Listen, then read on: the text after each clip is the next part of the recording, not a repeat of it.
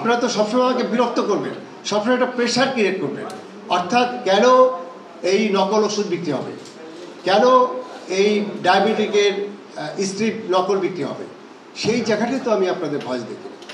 যখন ডিজেলের দাম বেড়ে গেল, সেখানে পার ডিম পরিবহনে সর্বোচ্চ 8 থেকে 9 পয়সা খরচ হয়, সেখানে তারা 12 টাকার ডিম 15 টাকা করে ফেললো শুধুমাত্র ডিজেলের কথা বলে। তাহলে এই সব ব্যক্তিদের বিরুদ্ধে আমরা যে ব্যবস্থাগুলো নিয়েছি, সেটা ডেঙ্গু ডাব আবিষ্কার হয়, আমাদের স্যালাইন যেটি টোটালি রেগুলেটেড একটা আইটেম, সেই স্যালাইন সেটি আপনার 4 গুণ 5 গুণ দামে বিক্রি হয়। অর্থাৎ স্যালাইন নাই, কিন্তু আমরা ফার্মেসির পিছনে গাদা গাদা স্যালাইনের বস্তা আমরা উদ্ধার করি এবং বেশি পয়সা দিলে সেই স্যালাইনগুলো বের হয়। আমার বক্তব্যটা এখানে, আমি কনসেন্ট্রেটেড করছি একটা জায়গায়।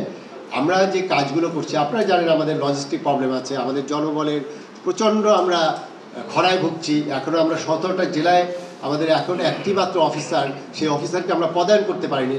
সেগুলো নিয়ে আমরা কাজ করছি। আমাদের আইনের অনেক সীমাবদ্ধতা আছে, আমাদের আইনটা আরও শক্তিশালী করার জন্য আমরা কাজ করছি। কিন্তু আপনাদের তো হাত পা বাঁধা না, আমাকে কিন্তু প্রতিটা পদক্ষেপ, প্রতিটা কথাইবেন। আমি তো অনেক কথা এখানে বলতে পারি না, আমার প্রতিটা কথা অনেক চিন্তা করে বলতে হয়।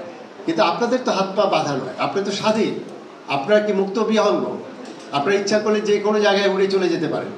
তাহলে কেন এই ব্রয়লার মুরগি নিয়ে যখন 100 টাকা দাম কমে 700 কোটি টাকা, এটি কি শুধুমাত্র আপনাদের স্টেটমেন্ট?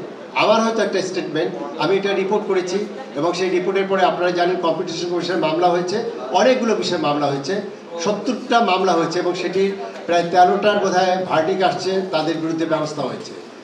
তাহলে কেন আপনারা মুক্ত অবস্থায় এই ভয়েসটা আপনাদের আমরা স্ট্রং দেখি না?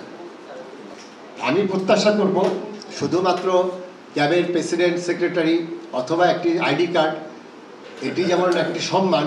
অর্থাৎ আপনি যারা উপজেলা আছেন, তিনি কিন্তু সেখানে ইউনো অফিসের ওখানে উপজেলা পরিষদের মিটিংয়ে কিন্তু আপনি দাওয়াত পান, অনেক অনুষ্ঠানে, জাতীয় অনুষ্ঠানগুলোতে আপনি দাওয়াত পান, আপনি ওখানে একজন বিশিষ্ট ব্যক্তি।